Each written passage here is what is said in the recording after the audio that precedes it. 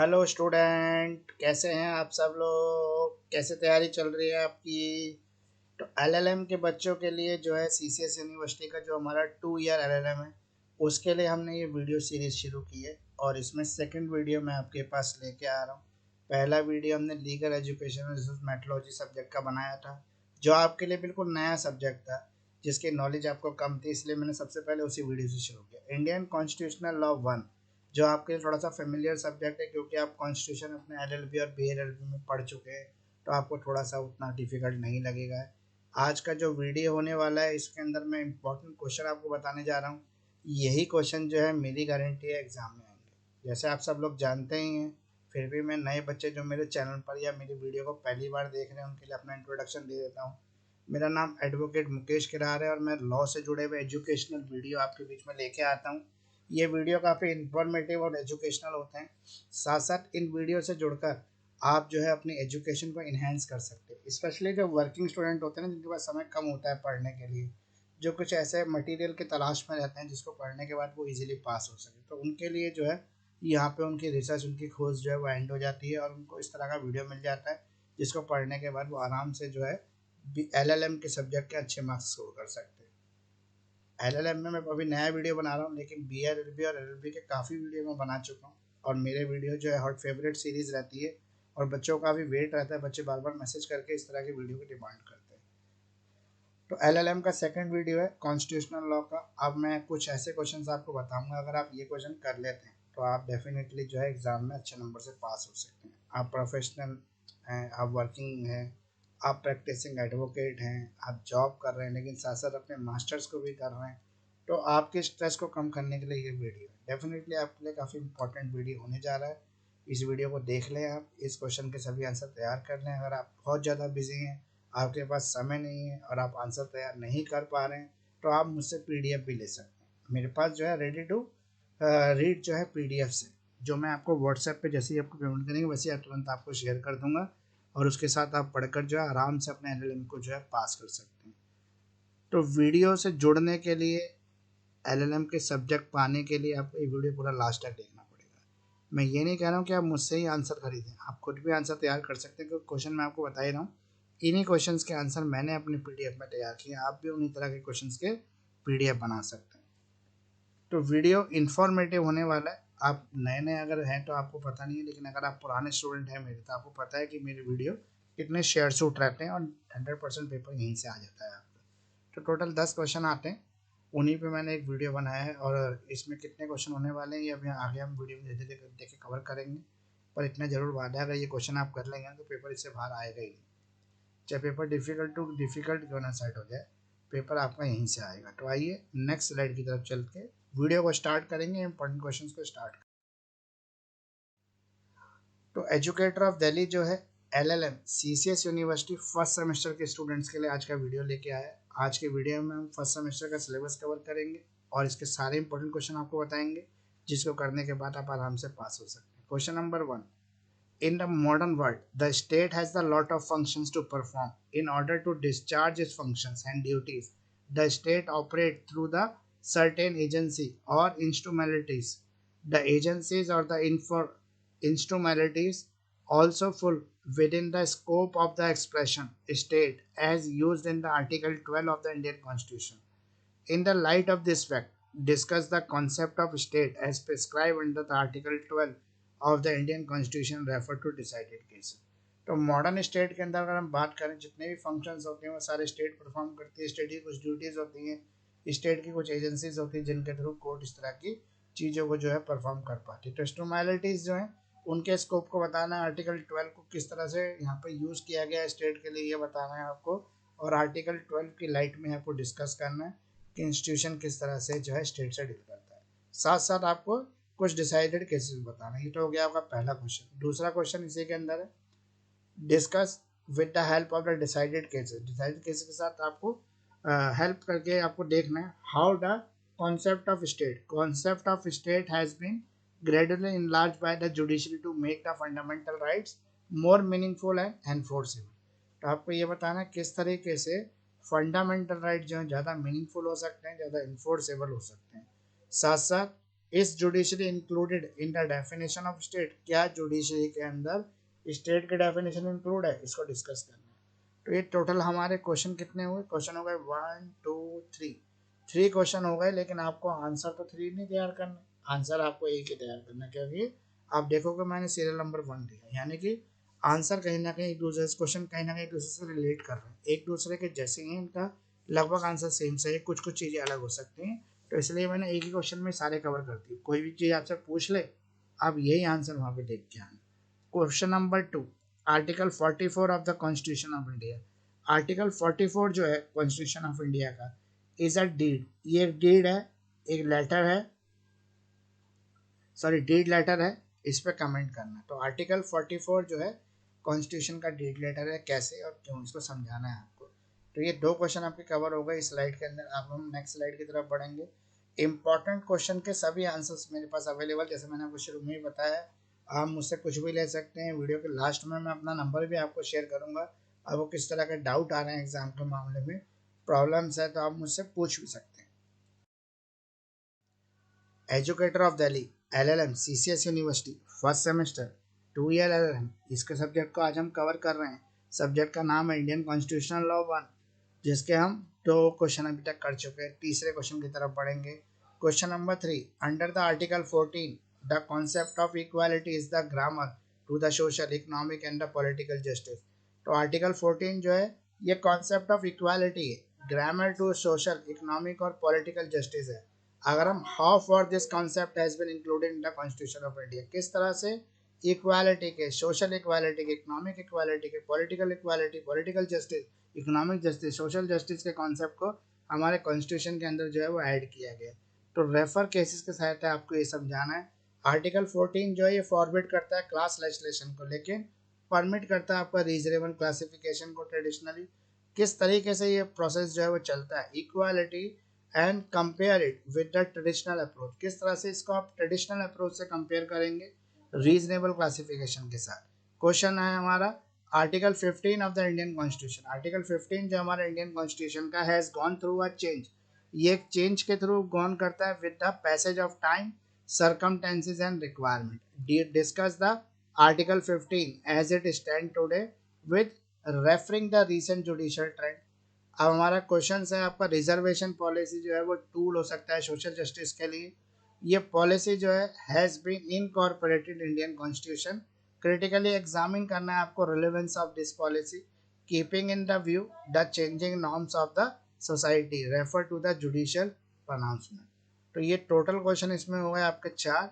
ये चारों का आंसर आपको एक ही में तैयार करना है। आर्टिकल 14 और 15 से जुड़ा हुआ है ये टोटल क्वेश्चन। यहाँ पे दोनों का आंसर आप एक ही तरह से तैयार कर सकते हैं, क्योंकि एक दूसरे से इंटर रिलेटेड क्वेश्चन है, इस वजह से। क्वेश्चन नंबर 4 पे आ जाते हैं हम। Fundamental right and the directive principle of state policy are the supplementary and the complementary to each other. Comment with the help of decided cases. Decided cases से आपको इस पर कमेंट करना है कि राइट्स और डायरेक्टिव प्रिंसिपल एक दूसरा सप्लीमेंट्री है या कॉम्प्लीमेंट्री है।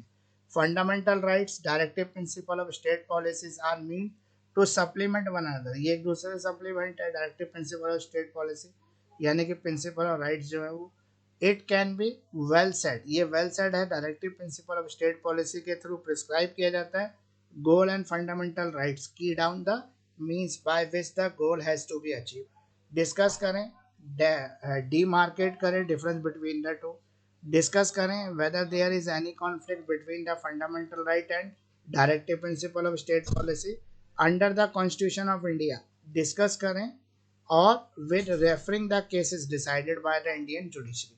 तो टोटल 4 क्वेश्चन हमारे ये कवर हो गए। अभी एलएलएम के सब्जेक्ट में और भी क्वेश्चन हैं, टोटल 10 क्वेश्चन आपके एग्जाम में आते हैं, जिसमें से आपको कोई भी 5 क्वेश्चन अटेम्प्ट करने होते हैं। तो आइए वीडियो के नेक्स्ट स्लाइड में देखते हैं किस तरह के और हमारे पास। तो एजुकेटर ऑफ दिल्ली जो है एलएलएम सीसीएस यूनिवर्सिटी के साथ आपके लिए फर्स्ट सेमेस्टर के स्टूडेंट्स के लिए क्वेश्चंस लेके आया। इंपॉर्टेंट क्वेश्चंस को अगर आप कर लेंगे तो डेफिनेटली आपके अच्छे मार्क्स आ सकते हैं। क्वेश्चन नंबर 5 है हमारा, right to life does not mean more animal existence but it mean right to live with the human dignity. Right to life का मतलब ये नहीं है कि आप एनिमल एग्जिस्टेंस में है, बट इसका मतलब ये है कि आपको लाइव ह्यूमन डिग्निटी के साथ डील करना है और साथ साथ कमेंट करना, रेफर करना लीडिंग केसेस के साथ।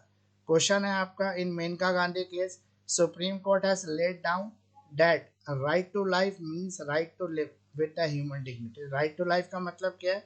राइट टू ह्यूमन डिग्निटी है, और human dignity quite quietance of the human rights. In this way, the court has opened a door of human right. इस तरह से कोर्ट जो है ह्यूमन राइट के डोर्स को ओपन करती है। Jurisprudence under the Indian constitution, और इंडियन जुडिशरी जो है has given the many protections, कई तरह की प्रोटेक्शन देती है क्रिमिनल्स को, और इवॉल्व करती है यहाँ पे क्रिमिनल जस्टिस सिस्टम्स को इन द प्रेजेंट डे सिस्टम, और रेफर करती है आपके, सॉरी इसमें आपको आंसर को रेफर करना है किसी रिलेवेंट डिसाइडेड केस के साथ। तो ये दोनों क्वेश्चन के आंसर में एक ही आंसर में आप कवर कर लेना दोनों क्वेश्चंस को, तो आपको ठीक हो जाएगा। क्वेश्चन नंबर एलएलएम के स्टूडेंट्स के लिए जो आज का वीडियो है ये काफ़ी इंपॉर्टेंट वीडियो चल रहा है। अभी तक हमने क्वेश्चन टोटल कवर कर लिए हैं 6। अब नेक्स्ट स्लाइड में हम आ गए एजुकेटर ऑफ दिल्ली जो है LLM CCS university first semester के 2 ईयर एलएलएम होता है सीसीएस यूनिवर्सिटी के अंदर। टोटल हम क्वेश्चन अभी कवर कर चुके हैं 6। अब हम इस स्लाइड में कवर करेंगे क्वेश्चन नंबर 7 और 8। तो क्वेश्चन नंबर 7 है हमारा, Indian student have right to receive education in their mother tongue and also preserve their cultural identity. Article 29 of the Constitution of India guarantees this right, while Article 30 protect the interest of the moralities to establish and administer the educational institutions of their choice. In the light of this fact, discuss the scope of Article 29, Article 30 of the Indian Constitution. तो इस question में कह रहा है कि जो Indian students जो है उनको जो एजुकेशन है उनकी मदर टंग में मिलनी चाहिए। जैसा आपको पता है कि हमारे इंडिया में जो है इंग्लिश को ज़्यादा प्रेफरेंस किया जाता है और ज़्यादातर कोर्स जो है इंग्लिश में डिजाइन किए जाते हैं। तो क्या एक बिल्कुल करेक्टली सही है, या कोर्सेज जो है हमारी मदर टंग जैसे हिंदी, तमिल, ठीक है, और आपकी पंजाबी, इस तरह की लैंग्वेज में डिजाइन होनी चाहिए।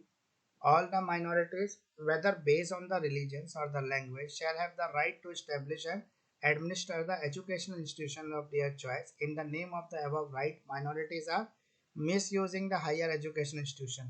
Discuss in the light of the directive principle of the Supreme Court time to time. Minorities जो हैं अपने धर्म को बचाने के लिए, अपनी भाषा संस्कृति को बचाने के लिए माइनॉरिटी इंस्टीट्यूशन यानी कि स्कूल कॉलेजेस खोल सकते हैं। तो इसके आड़ में वो कई बार क्या करते हैं कि जो मेजोरिटी ऑफ ग्रुप है यानी ये इस तरह की चीज़ों का मिसयूज़ करते हैं, फिर उसके खिलाफ जो है सुप्रीम कोर्ट या फिर जो स्टेट है वो एक्शन लेती है। तो ये सही है या गलत है, इसको आपको डिस्कस करना है। क्वेश्चन है आपका, to what extent if any, किस तरह से can state regulate the administration of the educational institution, किस तरह से स्टेट जो है वो रेगुलेट कर सकती है administration of education institution establish by the religious और लिंग्विस्टिक माइनॉरिटीज। रिलीजियस और लिंग्विस्टिक माइनॉरिटी के केस में डिस्कस करें in the lights off the recent supreme court decision.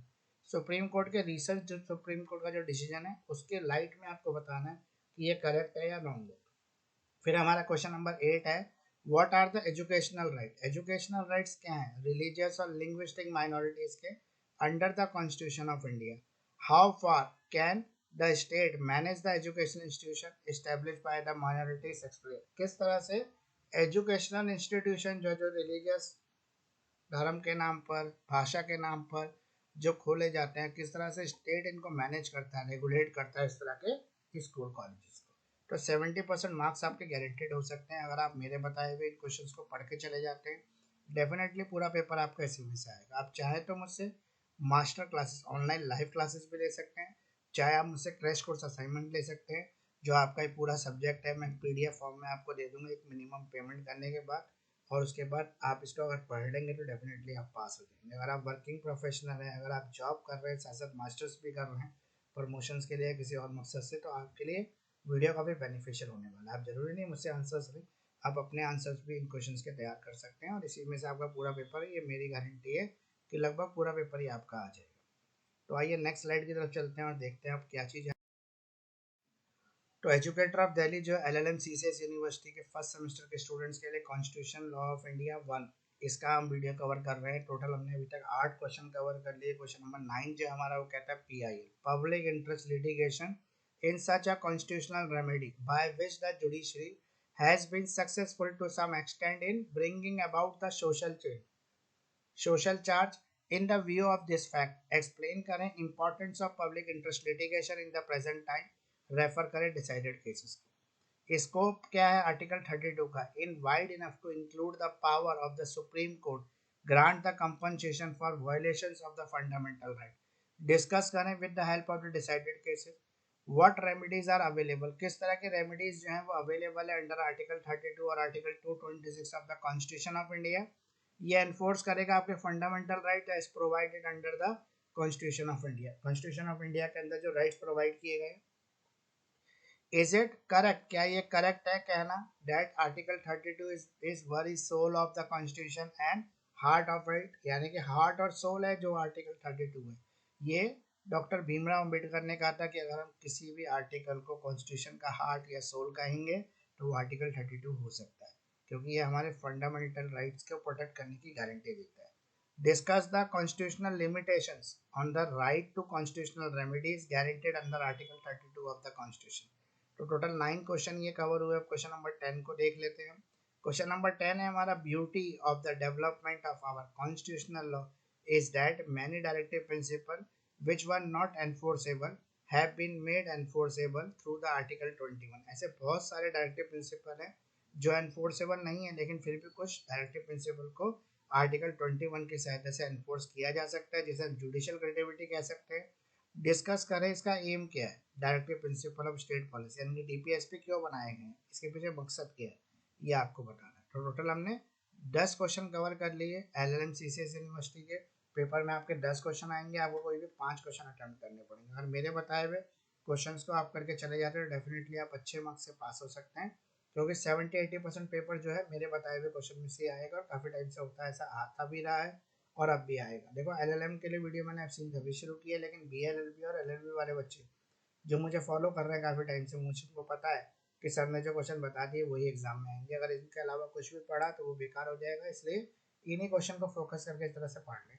अगर आपको कोई भी हेल्प चाहिए तो आप इस नंबर पर जो है मुझे व्हाट्सएप मैसेज छोड़ सकते हैं, 7701926788। ये नंबर पर आप जब मैसेज छोड़ेंगे तो मैं तुरंत आपको रिप्लाई करूँगा। हो सकता है मैं कॉल ना उठा पाऊँ, कॉल ना करें, लेकिन मैसेज का रिप्लाई जरूर करूँगा। इसके अलावा मेरे अल्टरनेट नंबर भी है 9811939811948855। ये मेरा अल्टरनेट नंबर है, आप इस पर भी मुझे ट्राई कर सकते हैं। तो वीडियो कैसे लग रही है आप जरूर बताएं, कमेंट करें, सब्सक्राइब करें, लाइक करें। बार बार कहने की जरूरत ही नहीं होनी चाहिए। अगर वीडियो आपको हेल्पफुल मिल रहा है, वीडियो से आपको मदद मिल रही है, तो आप लाइक सब्सक्राइब तो कर ही सकते हैं, इतना तो मेरा हक बनता है। Educator of Delhi LLM CCS university के लिए आज का वीडियो था। फर्स्ट सेमेस्टर के स्टूडेंट के लिए एलएलएम जो सीसीएस यूनिवर्सिटी में होता है वो 2 ईयर एलएलएम होता है। आज हम इसके फर्स्ट सेमेस्टर को जो है फ्री कर रहे हैं। ये 2 वीडियो आपके बीच में ला चुके हैं। प्लीज़ लाइक करें, शेयर करें, सब्सक्राइब करें आवर यूट्यूब चैनल, हमारे यूट्यूब चैनल को, और आप बेल आइकन को भी प्रेस करें ताकि तुरंत आपको नई वीडियो का नोटिफिकेशन मिल सके, आप उसका तुरंत लाभ उठा सकें। आप हमें फॉलो भी कर सकते हैं इंस्टाग्राम और फेसबुक पर, दोनों ही जगह मेरा एजुकेटर ऑफ दिल्ली के नाम से पेज है। साथ साथ BLLB, LLM, LLB all subject notes and PDF with detail explanation in easy language is available. साथ साथ मेरे पास जो है सभी सेमेस्टर के वीडियो हैं, LLM के, BLLB के, LLB के, दोनों लैंग्वेज में, हिंदी लैंग्वेज में भी और इंग्लिश लैंग्वेज में। वीडियो लेक्चर्स भी हैं, वो भी आप ले सकते हैं, एक्सप्लेनेशंस भी हैं, वो भी आप ले सकते हैं। किसी भी तरह की आपको हेल्प चाहिए तो प्लीज़ कॉन्टैक्ट करें एजुकेटर ऑफ दिल्ली। ये मेरा व्हाट्सएप नंबर हो गया आपका, ये मेरा ईमेल आईडी हो गया, इसके थ्रू मैं आपसे लगातार जुड़ा रहता हूँ। तो वीडियो कैसे लग रहे हैं आपको ये कमेंट जरूर करें। अगर आप वीडियो देख रहे हैं, लास्ट तक देख रहे हैं, इसका पूरा लाभ उठा रहे हैं और कमेंट नहीं कर रहे, तो ये काफ़ी मेरे लिए नेगेटिविटी हो सकती है, लेकिन आपके लिए नहीं। आप कोशिश करें कि मेरे को जितना ज़्यादा अप्रिशिएट कर सकें, मोटिवेट कर सकें वीडियो बनाने के लिए, उतना करने की कोशिश करें, ताकि मैं इसी तरह के और इन्फॉर्मेशनल वीडियो आपके बीच में लेके आता रहूँ। थैंक यू फ्रेंड्स, बहुत बहुत शुक्रिया आप सबका, बहुत बहुत धन्यवाद इतना समय देने के लिए, इतना सुनने के लिए एजुकेटर ऑफ दिल्ली को।